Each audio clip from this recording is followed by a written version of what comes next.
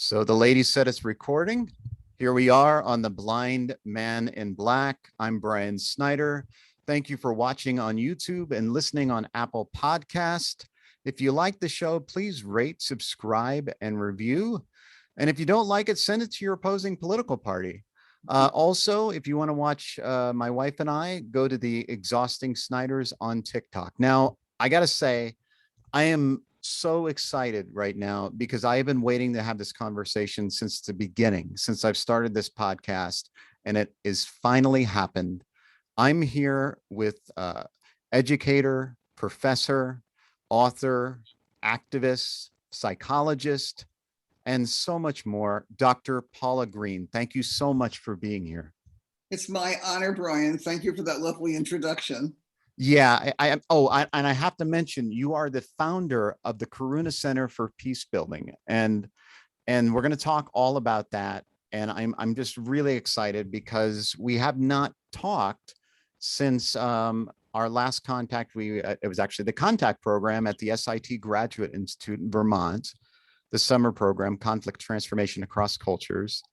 And I was always in awe of you and the work that you've done. And I'm so excited to learn more about you. And but first, how have you been holding together? That was 6 years ago that we were last together. Is that right? 2015? No, it was no, it was nine years ago. 9 years ago. Oh, yeah. Yeah. Yeah. And but time flies. But how are you holding together through the pandemic? Well, I live in a rural area in a pretty safe state of Massachusetts, and we've done quite well. It's been kind of isolating, but Zoom is a lifeline, and much of the work that I used to do in person, I'm now doing on Zoom, and it's working out for us. Fantastic. We're very fortunate compared to most people in the country and the world. Yes. And I know one of the things that I really want to learn about is your experiences all over the world in peace building and conflict transformation. Now, but I'd like to start at the beginning, the origins of Paula Green. Where did it all begin? Well, I was raised in Newark, New Jersey, in an inner city of a family that came from Eastern Europe.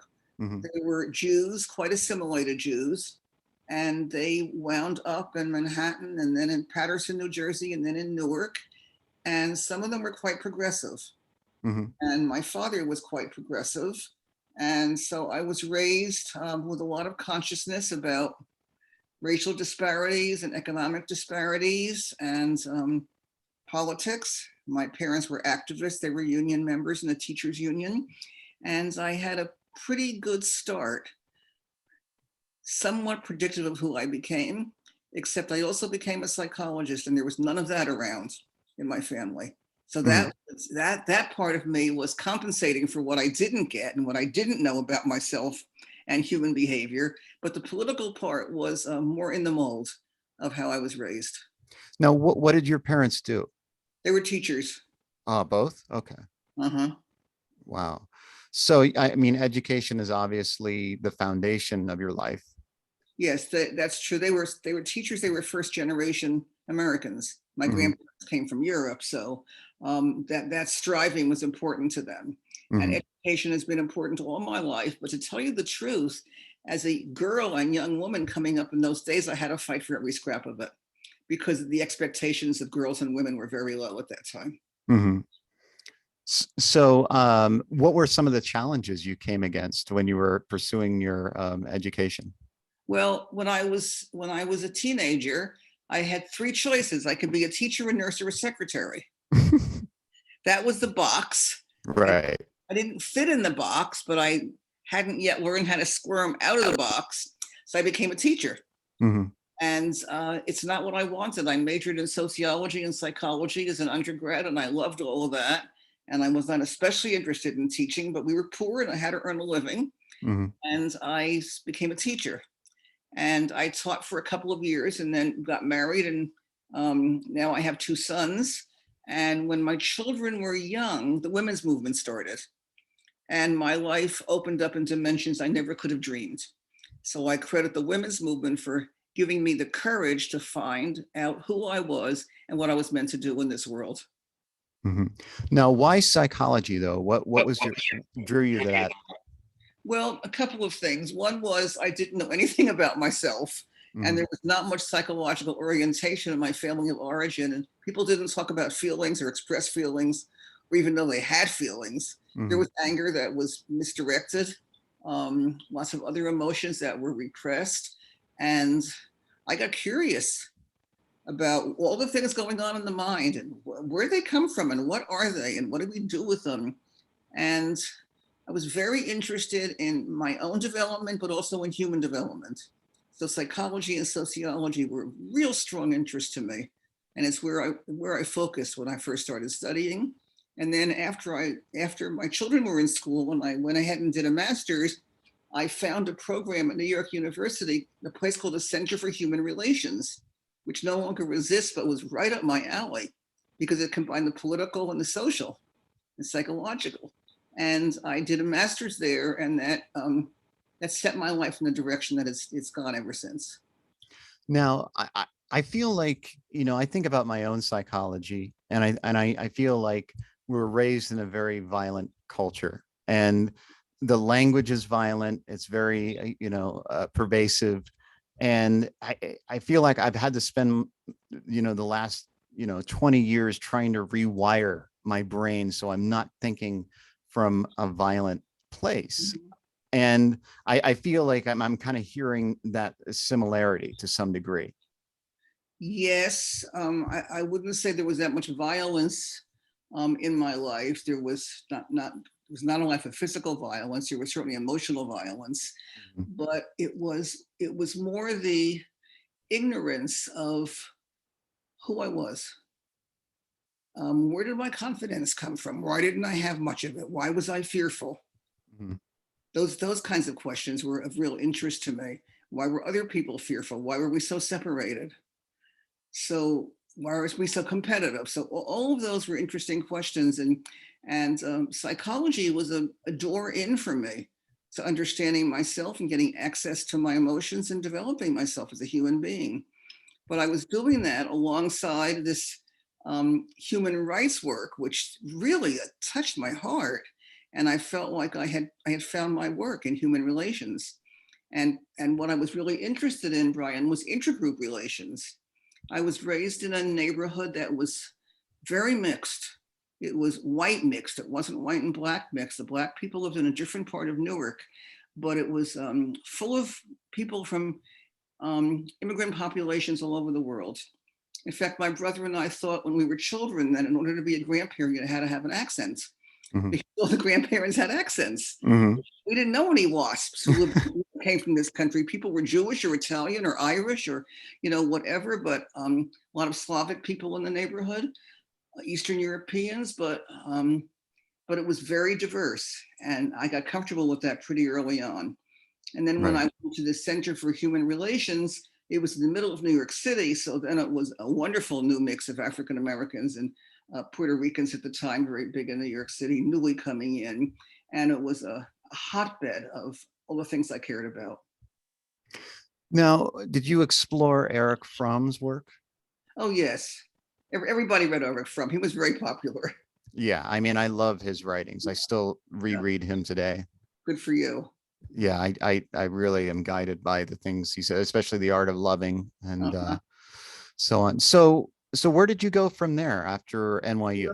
I got that master's degree, and it was so unusual, Brian. It was the kind of work that I do now. It was experiential, and rather than having mostly lectures, we had a lot of group work, a lot of circles. I learned about facilitation in those days. I had never done that before.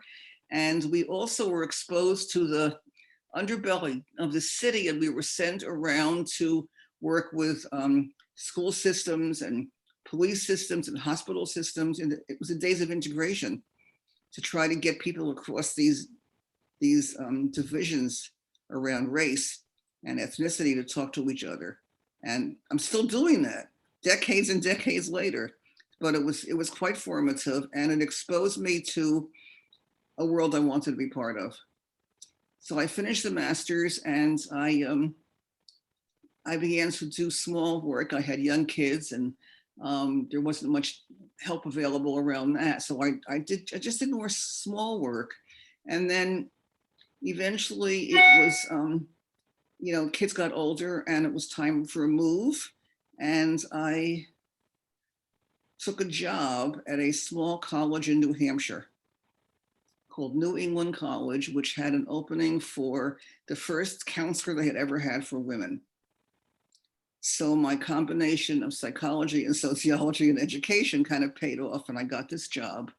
And I moved from an urban area. I was living in Englewood, New Jersey, near the George Washington Bridge, where I raised my kids. And we went from an urban environment to a very rural one, a small town, New Hampshire. And I fell in love with the countryside. And I've lived in New England ever since, because the living in nature, living in the woods, in the freedom of rural areas just opened me beautifully. And it's a big part of my life and a big commitment in my life. And I started to do women's counseling, and I taught a course in the psychology of women, because it was the women's movement, and I had learned so much from the women's movements, and I wanted to share it with young women coming up who were college students. And I did very well with that, and I was very happy there. And then this is a story you're going to like. After I was there for a couple of years, the students were very happy with what I was doing. And the Student Senate decided that I should pick the keynote speaker of the year.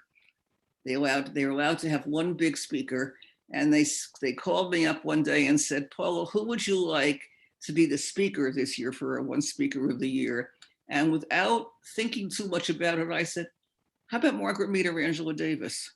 Oh, wow. And I let it go. That was the end of it. And some weeks or months later, the students called me back and said, well, Margaret Mead's in England, so she can't come, but Angela Davis is coming. That is amazing. Imagine that naivete that I invited Angela Davis in the 1970s to come to a white campus in rural New Hampshire. Wow. As it turned out, Brian, she was in Miami the day before. Her flight was from Miami up to New Hampshire, and a bomb had gone off in the gym. This was hot times, as you know, this era. And so she came to New Hampshire with 4 bodyguards, and I picked her up at the airport, and I completely fell in love. She was so beautiful and so powerful. And I was completely thrilled by her. And then we drove to the campus where I had a little place to live, and it was surrounded by state police because of the bomb had gone off in Miami. So it was a little tense. I bet. We had the talk in the gym, and she filled up the whole thing. And African-American people came from Boston and all kinds of other places far away. And it was a wonderful night. And then she taught classes in women's issues and race issues and poetry. And she spoke in classes and she gave talks, and it was a fabulous week. And I thought it all had gone very smoothly. It was safe. Nobody got rattled. And I just had been inspired more than ever before in my life. And a few more weeks went by, and the students left. It was summertime. And the president of the college called me into his office and said, "You're fired." What? You're fired. Really? Said, what? The same as you said, really? He said, yes, you're too radical for us. We don't want like Angela Davis on our campus, and you're fired. I said, I'm very popular.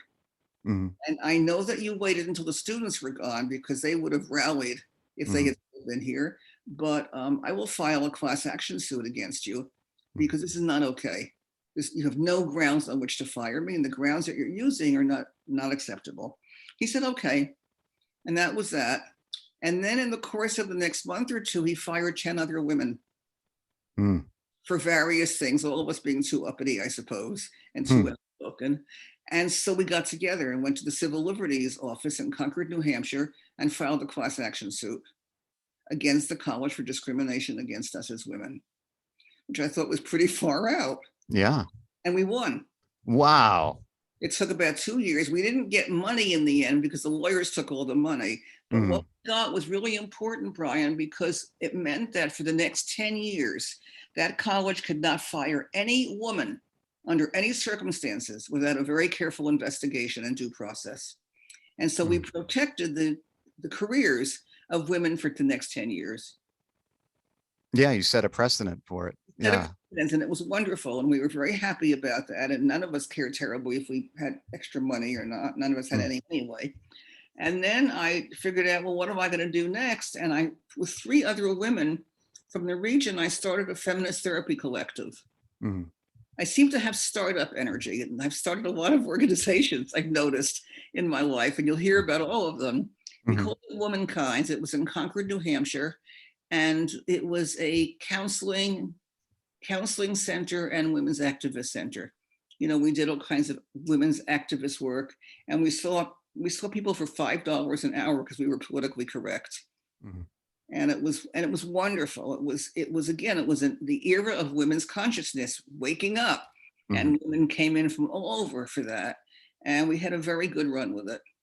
So that was another step in my career, which is, you know, seemed choppy at the time, but in retrospect, it's pretty smooth going from one thing to another.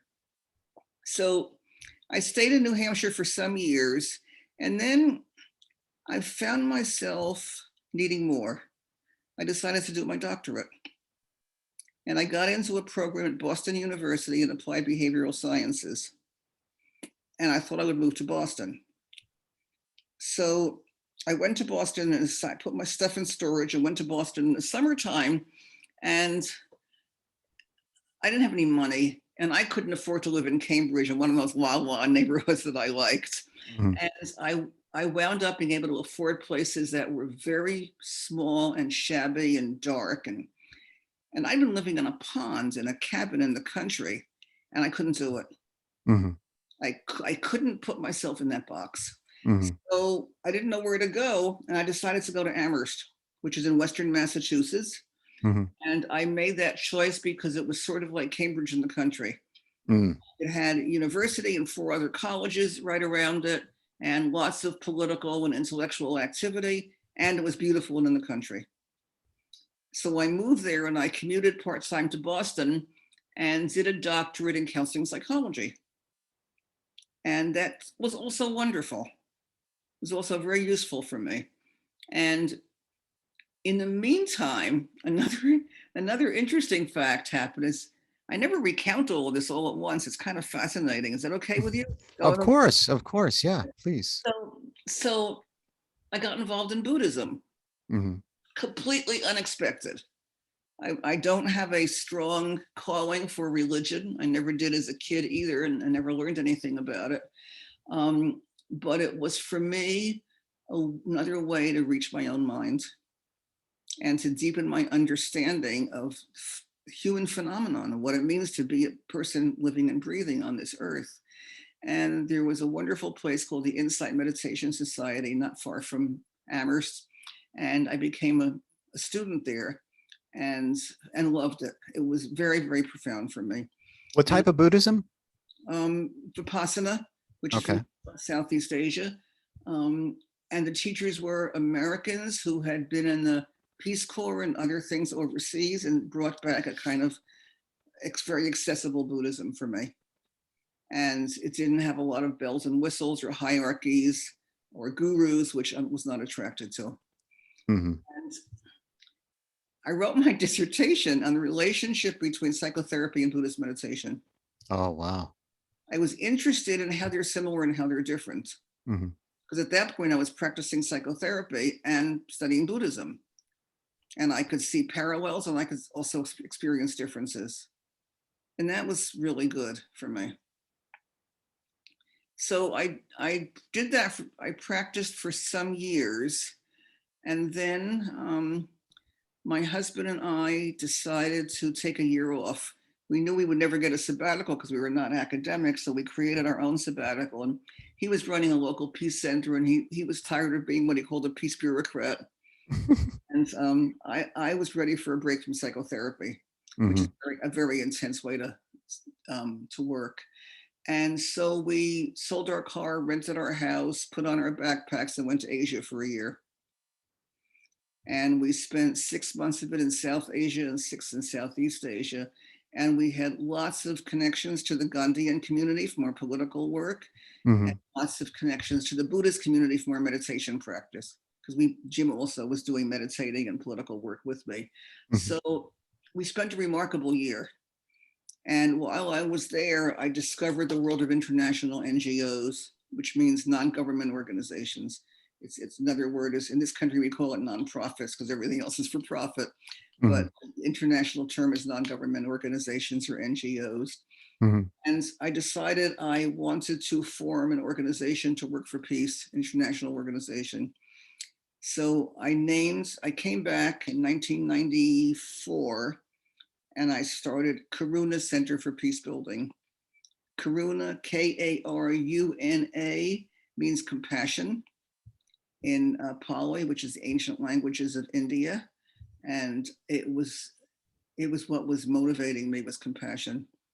Compassion for suffering, compassion for human beings, compassion for the state of the world. And I started the NGO, and I started it very quietly in my spare bedroom. And it grew very slowly, but it grew. And this was 1994? 1994. And the year after I started it, I got a call from the School for International Training, which is in Brattleboro, Vermont, which is under an hour from my house. And it's a wonderful place, as you know, because you went there. And they were running programs for master students in international education and related fields, international development fields.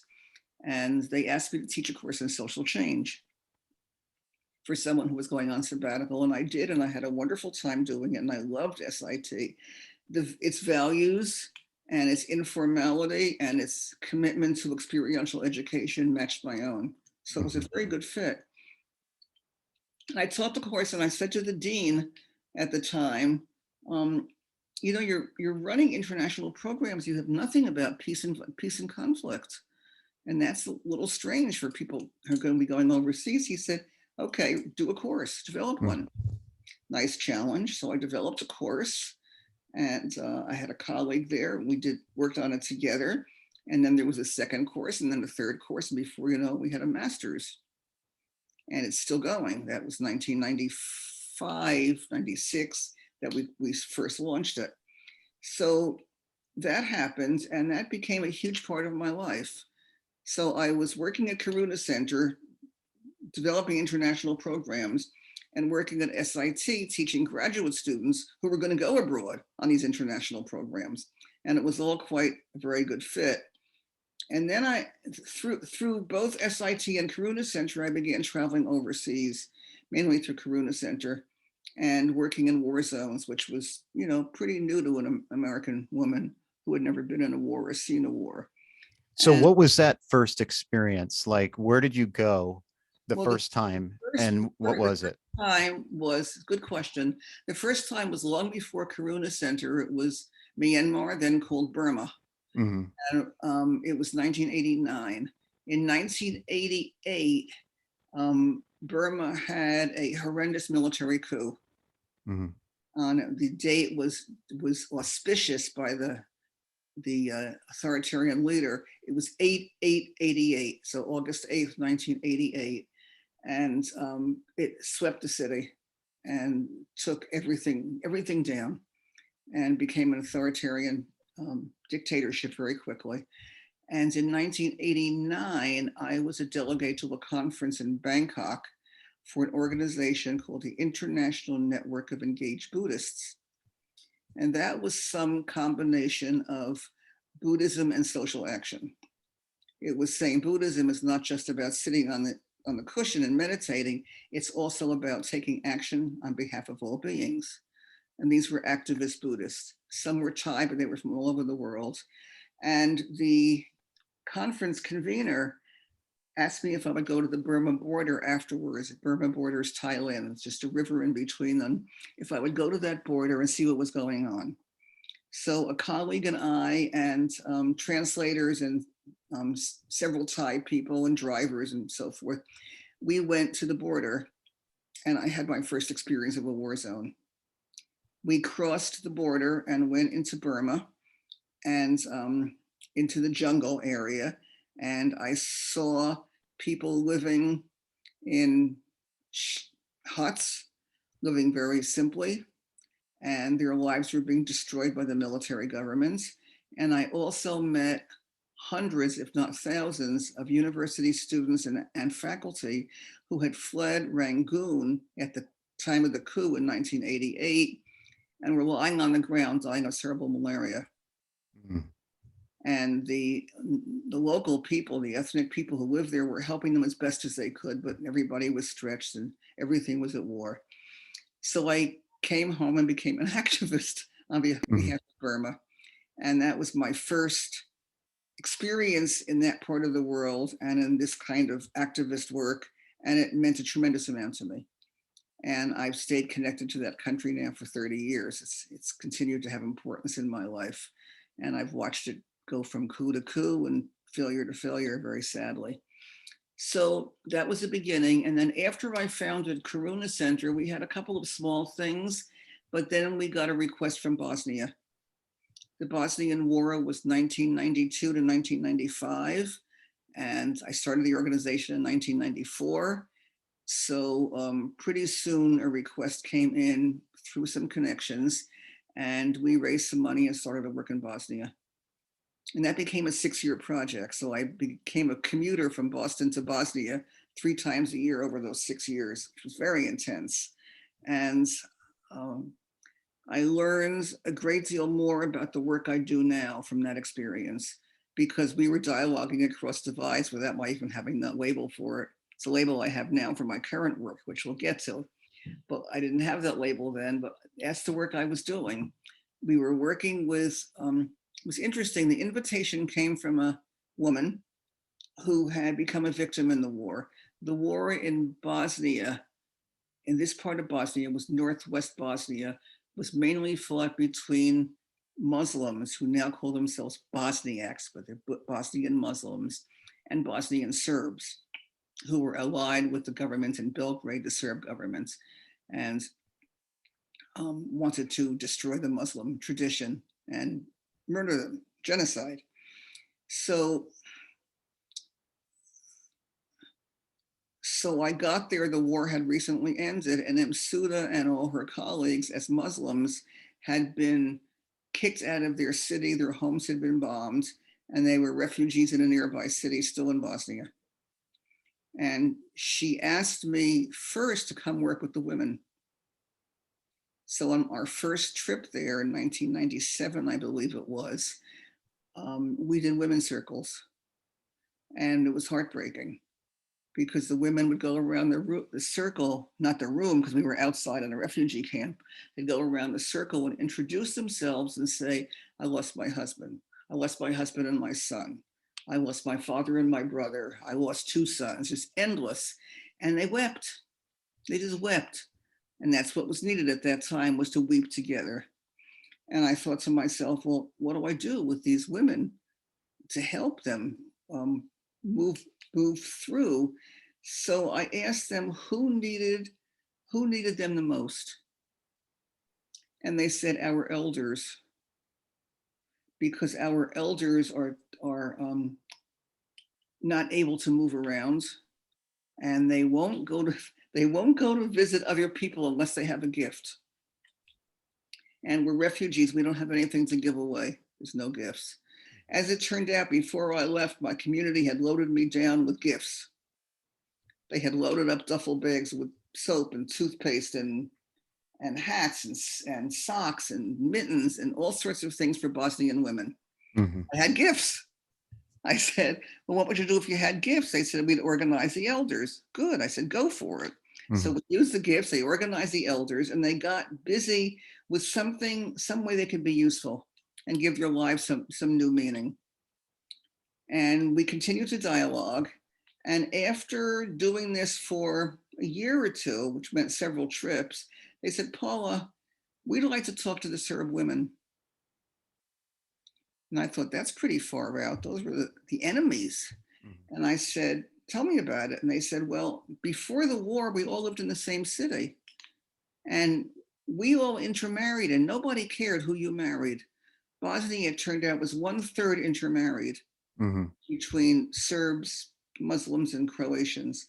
And they said, we didn't even ask who the ancestors were when we married people. They were communists, and it was all indistinguishable. They were told by Tito, their leader, to believe in brotherhood and unity. So then the war came and they were killed because of ethnic identity or religious identity. So they wanted to meet the Serb women who were living in the city from which they were expelled. But they couldn't go there because it was a military border. They said, Paula, you can go there. You have an American passport. You can go there. So they sent me and my co-trainer, another woman I worked with, to cross the border and to go to the Serb city from which they were expelled and try to find dialogue partners who would talk to them. It was kind of an assignment from hell, because why should they? Why should Serb women want to do this? There was very little motivation for them. But we found a couple and they were able to get across the border and come to the Muslim side. And we began doing this. And 3 months later, I went back and there were more women, and it became a regular thing. And it was so powerful. It was just incredible what these women did together and how they bonded with each other and honored each other and cried together and shared together. Then they said, after 2 or 3 years of doing it, they said, Paula, we have another assignment for you. So you can see I take my guidance from the people. I don't know what they need. They know what they need, and they tell me.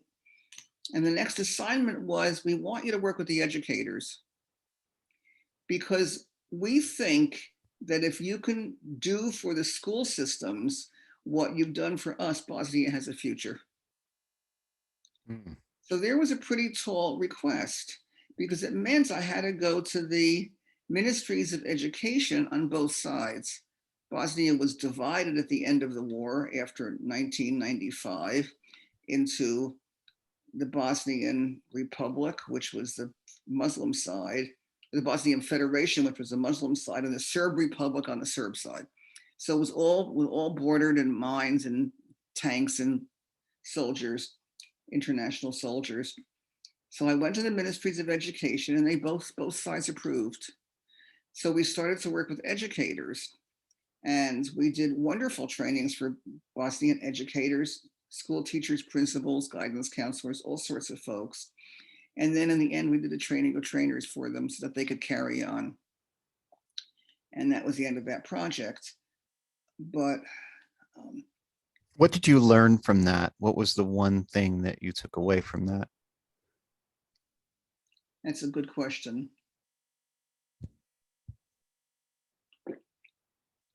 I learned that people are not divided. People have been divided.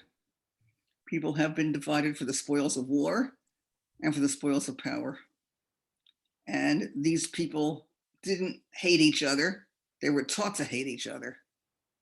They didn't want to kill each other. They were related to each other. They were all intermarried and interwoven in cities that functioned for them, but they became divided by others. And I learned that those divisions break rather quickly and heal over tremendous amounts of time. It's very difficult on both sides. I also understood much more about the sides whose families had committed the violence than I ever had access to before.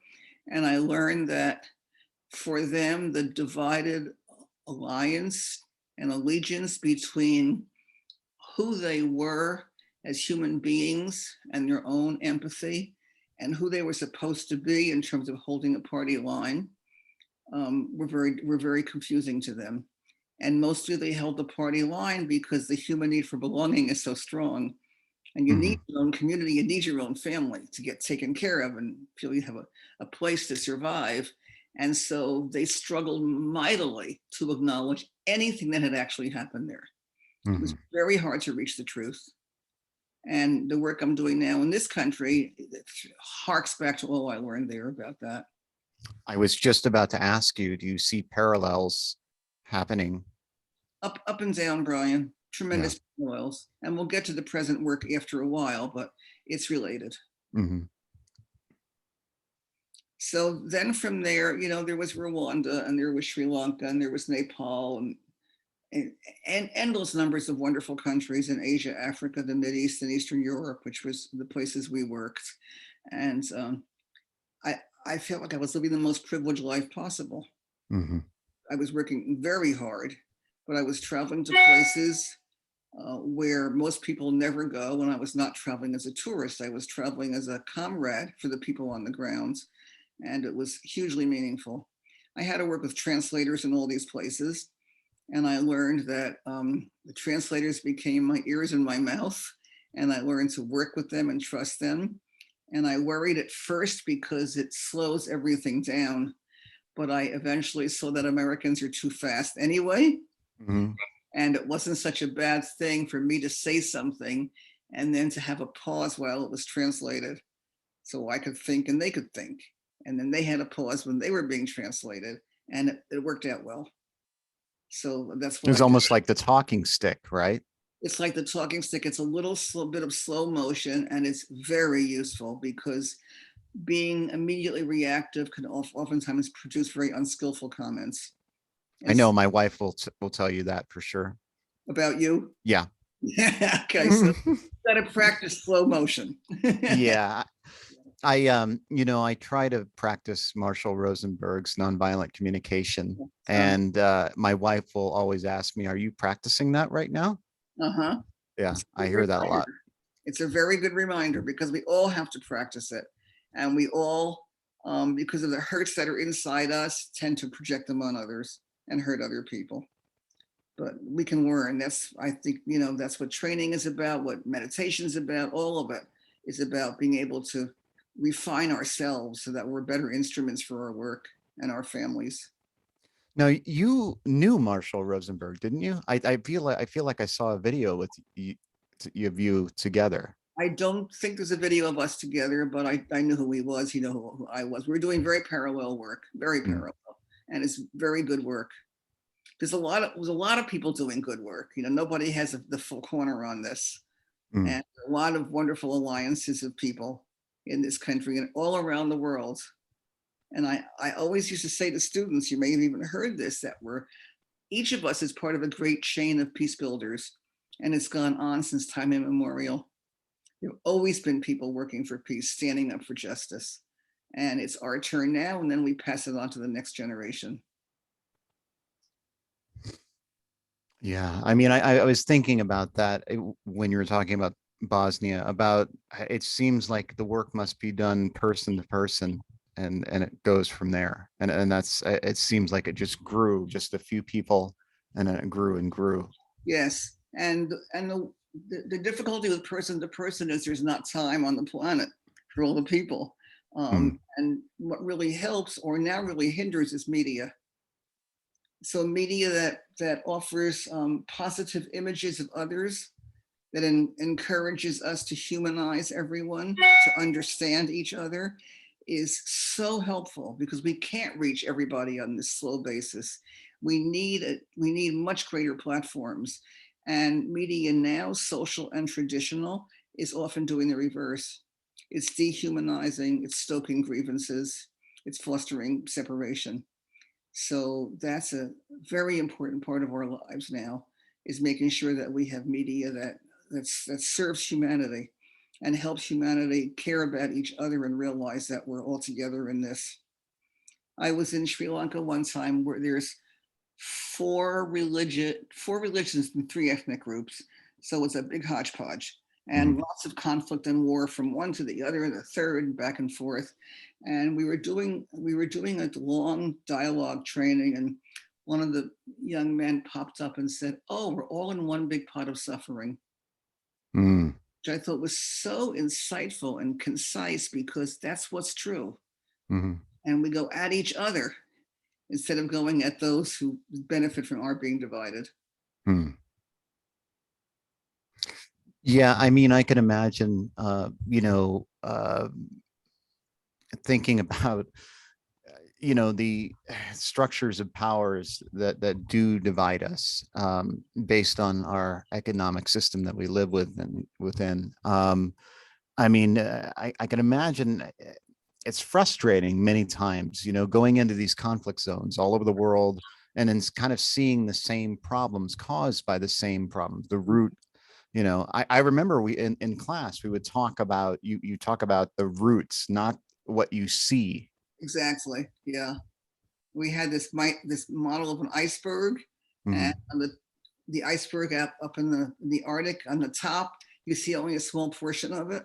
And underneath is most of the iceberg under the water. And that's where all the hidden causes of conflict are.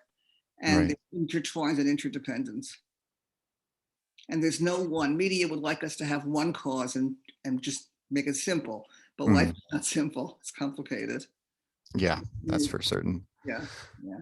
So what happened? Let me ask you this. What was one of the most beautiful moments that you can remember that really transformed your life and your work?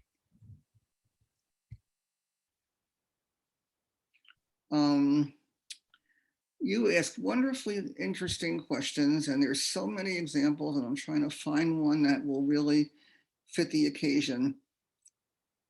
The first one that comes to your mind. I mean, that would probably be the best one. I would say what comes to my mind is the contact program that I started, which you know about. It's a program I started at SIT in 1997. It's called Conflict Transformation Across Cultures. And my goal was to bring people from war zones together to campus for a long intensive 3 weeks, as it turned out, to meet each other. And they came from every religion, every ethnic group, every color shade of skin that possibly existed all over the world. And the harmony in that room, when people took away their defenses and sat with each other in our common plight, I think moved me more profoundly than anything else, because it was like a little United Nations. There were often 60 or 70 people in the room, and they were battered and bruised and war torn and traumatized, and they found each other and built a community. And I can't imagine anything more beautiful. I remember because I was a program assistant in 2012, and I remember because there was a point at which we had to sit down and everybody had to share their stories. That's right. And we wept for hours. Yeah. Yeah, I remember there was, talking about Rwanda and the atrocities that happened there, and in Palestine, and it was profoundly intense and insightful, and it really showed our shared humanity.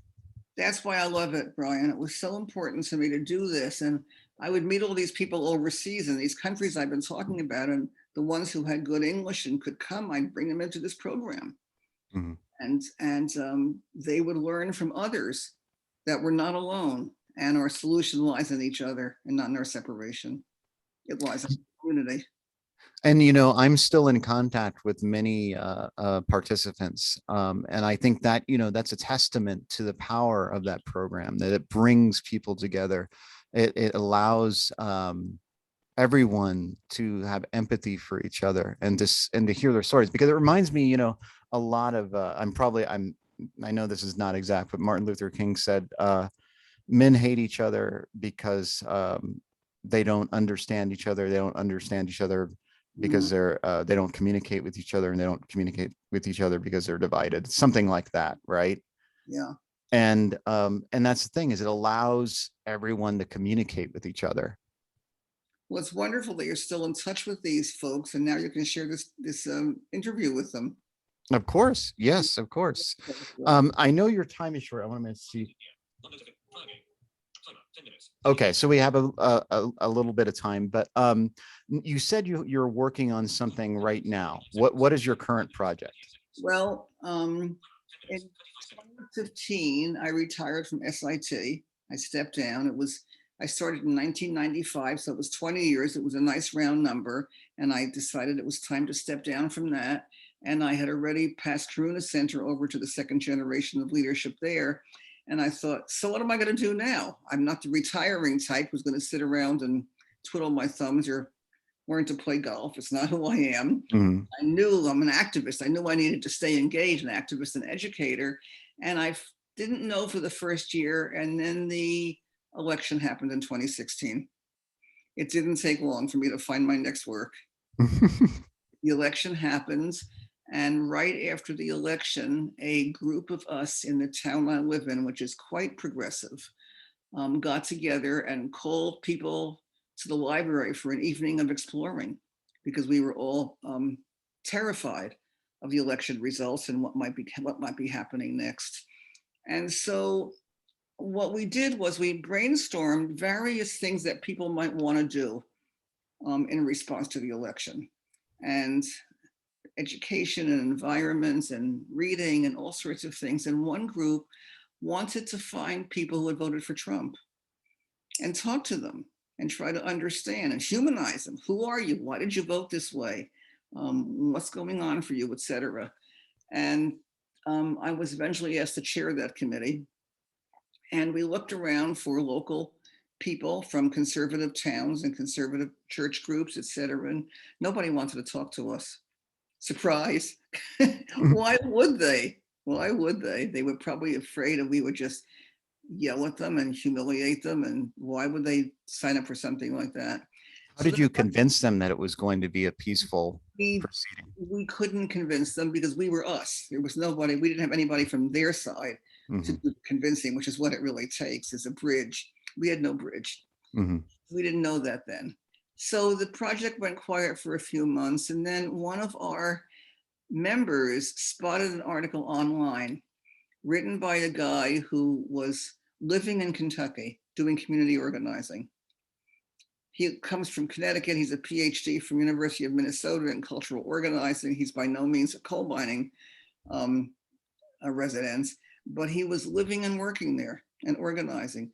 And he mentioned the word dialogue in one of his articles. And so my colleague wrote to him, and eventually we had some phone calls, Zoom, Skype calls in those days before Zoom. And eventually we formed a partnership. And that's how we got this project started. And we called it Hands Across the Hills. And we decided to do dialogues between the members of my community who were quite progressive, living in Western Massachusetts, and the members of their community who voted for Trump. And that program started in 2016. We've just had our 4th anniversary, and it's going strong. And it has had enormous publicity. It's a pretty small, modest program, but the publicity is outsized compared to Contact, which had tremendous numbers of people involved, and we got no publicity because the powers that be in the media didn't much care what was happening in the world. But now in 2016 and 2017, with the increasing polarization and fear on the part of people in this country, there was tremendous interest. So we had coverage from the New York Times and the Boston Globe and Time Magazine and NPR, and a video made for us by German TV and CBS Evening News and things that I never dreamed of I would have access to. And that gave us tremendous publicity and built this program and gave it credibility. So we continued. The Kentucky group came here. We did public events. We set up a website, handsacrossthehills.org. We did private events, a lot of dialogue. 6 months later, we went there, and we had homestays as part of the exchange so that we hosted them and they hosted us. And I did that on purpose because it's very intimate and it breaks a lot of boundaries all at once because you're hanging out in your bathrobe drinking coffee together at their kitchen table with their kids. So it's all very good for people to have that kind of humanization. And then they came back here again, a second time in 2019, I guess it was. Yeah, 17, 18, 19. And we were supposed to go back down there and COVID happened. So of course we haven't been able to travel ever since. And so we meet on Zoom and we do dialogues on Zoom, which is very hard to do, but we're already in such a good relationship, we can do it. It's hard to start a new group on Zoom because you don't know each other and you have nothing to fall back on. But this is our 4th year, and we learned some very significant things. The most important one I want to say right now is a person is not their vote. Mm-hmm. And boy, do we forget that easily. A person is so much larger and more complex than their vote. And their vote is a accumulation of their entire lifetime experiences. It doesn't arise in a vacuum. It arises in the context of family and education and church and media and environment and economics. And so we discovered a great deal of care for each other, despite our voting differently. We also learned that you cannot change anybody by convincing them. Mm-hmm. And I have to remind people of that all the time, because so many people call me and say, I can't talk to my father, I can't talk to my brother, I can't talk to my kids. Somebody's on the other side of this thing. And we're always trying to push to get the other to change. And the only person you can change is yourself. Mm. Can't change anybody else, especially not by pushing. And I'm not going to change my voting preferences, but I can change my behavior and my attitudes toward others. So that's the hard work we've been doing. And that's why the media has been so enchanted by what we've accomplished. So we've been doing that for 4 years. And just this past weekend, I just finished yesterday, 2 days ago, we did a training of trainers in dialogue across divides for people who are professional trainers or almost professional trainers, or educators, social workers, organization heads, museum heads, people who want to do this work in their own communities around the country. And we had 30 people. I chose them very carefully. It was an application process. And we did it in person, masks, open windows, tents, social distancing, vaccination proof, etc. And it was wonderful. So that's the latest thing now that we're establishing, is getting other people to learn from us what we've learned in the past 4 years and what I've learned from a lifetime of doing this by now, and helping them be able to set up their own dialogue across divides, because our country is in grave danger and we need to humanize each other. So what gives you now? Oh, sorry, I hear a little echo. What gives you hope? People can give you depression also. They can go either way. People can be a disaster, as we know. Right. But people's willingness to open their hearts gives me hope.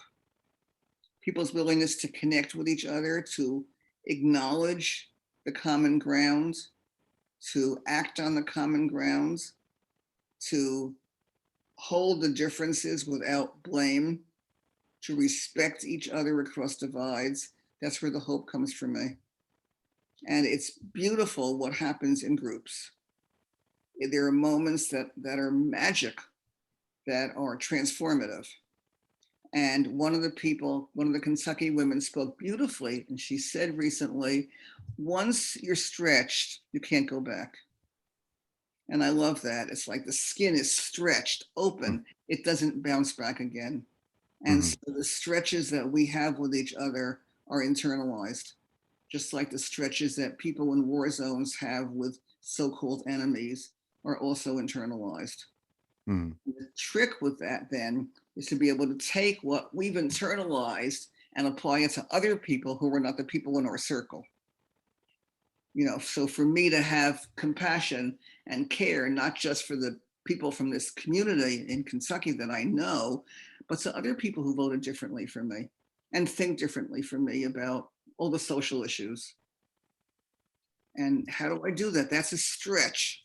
That's the stretching of the self, of the skin, to accommodate more people and more differences.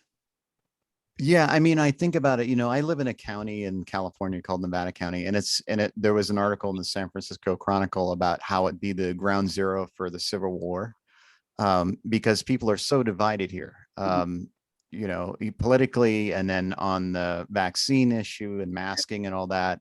And there's been some, conflict, to say the least. Yeah. And what would you say, what is the first step to beginning this work?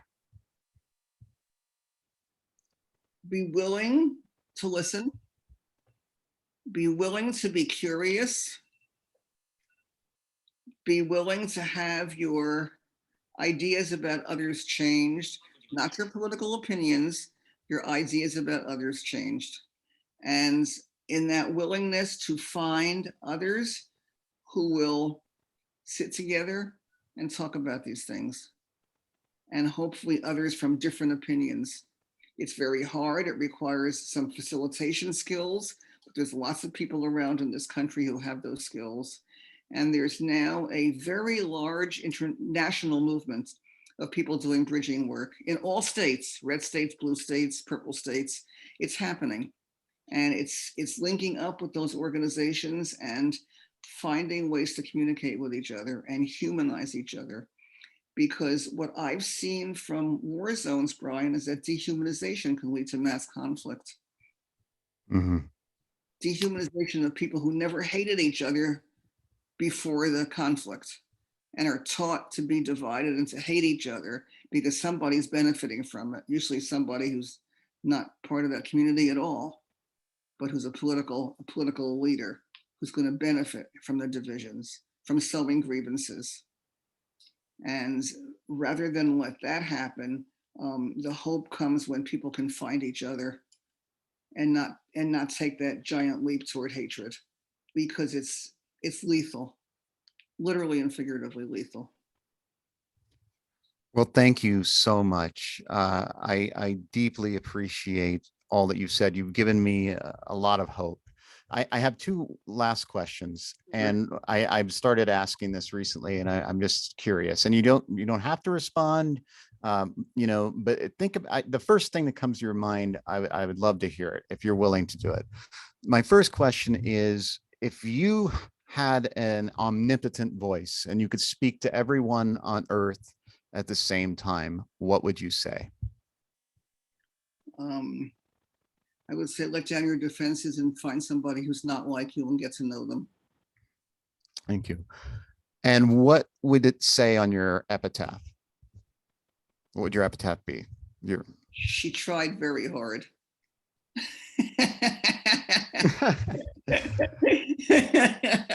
It's a lot of effort and it's all worth it.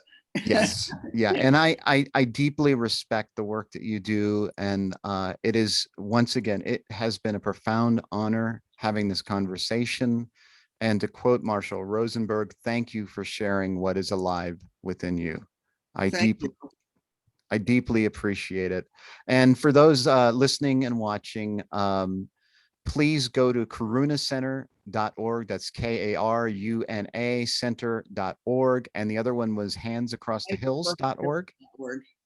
Handsacrossthehills.org, or all lowercase. And it's packed with videos and photos and stories and newspaper articles and all sorts of things about our work. It's a wonderful site. And if people want more, they can reach me at the Hands Across the Hills website. Send an email to them. And Brian, it's lovely to be with you. You're a hero in your own right, and you also are doing wonderful work and making good use of your life. And I thank you for that. Thank you. I'm trying. I've always been inspired by you, and I think about you often, even though we haven't had contact in 9 years now. But and I'm so delighted that we connected. And everybody, Paula Green. And once again, go to karunacenter.org or her current project, handsacrossthehills.org. Did I say that correctly? You did. Perfect. All right, everybody. This is The Blind Man in Black. Thank you for watching on YouTube and listening on Apple Podcast. If you like the show, please rate, subscribe, and review. It helps. And share this one. If there's any video that I would appreciate you sharing, it would be this one with Paula Green, because this is the type of conversations that we need to have everywhere. Thank you so much, Paula. Thank you. Good night, everybody. Thank you. All right, now we're going to have our awkward ending. Here we go.